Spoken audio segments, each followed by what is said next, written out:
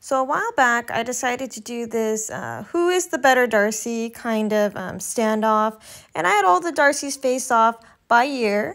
I meant to do a part 2, just never did, so here we go. These are the people who were the winners. They faced off again, and we'll see who's won round 2. So first off, we have Laurence Olivier versus Patrick Macnee.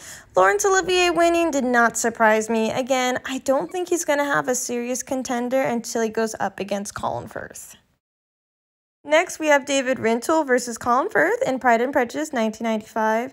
Now, this didn't surprise me at all because in the previous one, I had a lot of people talk about how much they disliked David Rintoul, and he only won his previous standoff just because people liked him a little bit better than the other guy, Louis Fiander, that he was against.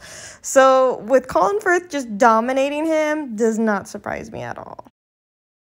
So going by year, we ended up with Colin Firth versus Colin Firth, Bridget Jones's Diary versus Bridget Jones's Diary 2, Beyond the Edge of Reason. So Colin Firth in the original Bridget Jones's Diary beat out the sequel, and that doesn't surprise me. I'm not a big fan of Bridget Jones's Diary, but between the two, I did like the first one better than the second one, so I agree with this. So then we have Matthew Macfadyen versus Daniel Vincent Gord, and Matthew Macfadyen won. This didn't surprise me as a lot of people commented that with Daniel Vincent Gord, it wasn't something that they related to. It wasn't really part of their generation. Some people hadn't really watched it because they weren't into the YouTube, mini episodes, the little shorts. While, Pride and Prejudice 2005 is a major motion picture film, it's something that a lot of people have seen from various different generations. So while I did really enjoy Daniel Vincent Gord's depiction, I can understand how Matthew Macfadyen beat him out. Then we have J.J. Field from Austenland versus Matthew Rhys from Death Comes to Pemberley. And J.J. Field winning does not surprise me at all. It's J.J. Field. He's amazing. We have Cress Williams. He's only Mr. Darcy for a couple seconds in a Heart of Dixie episode versus Colin Firth as Mark Darcy in Bridget Jones's Diary 3, Bridget Jones's Baby.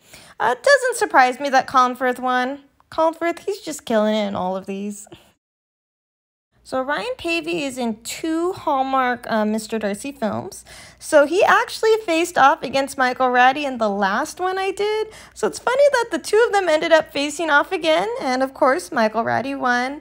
The Ryan Pavey fans, they really try to get in there and turn things around because Michael Ratty was always really high with the numbers. And then, of course, as you can see, while Ryan Pavey's fans didn't win out over Michael Ratty, they were higher than, I think originally he was at 8% people were voting for him.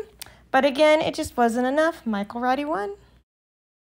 Then we have Lacey Chabert versus Justin Mortaletti. These were actually much closer than I thought they would be. When I checked this in the morning, Lacey Chabert was really low. And then at the end, we see that they're at 40 and 60%. So that's actually pretty close with the fan base. And there we go with part 2. Be sure to follow. I'll be adding the 3rd one in which they faced off again. And we'll eventually see who is considered the best Mr. Darcy.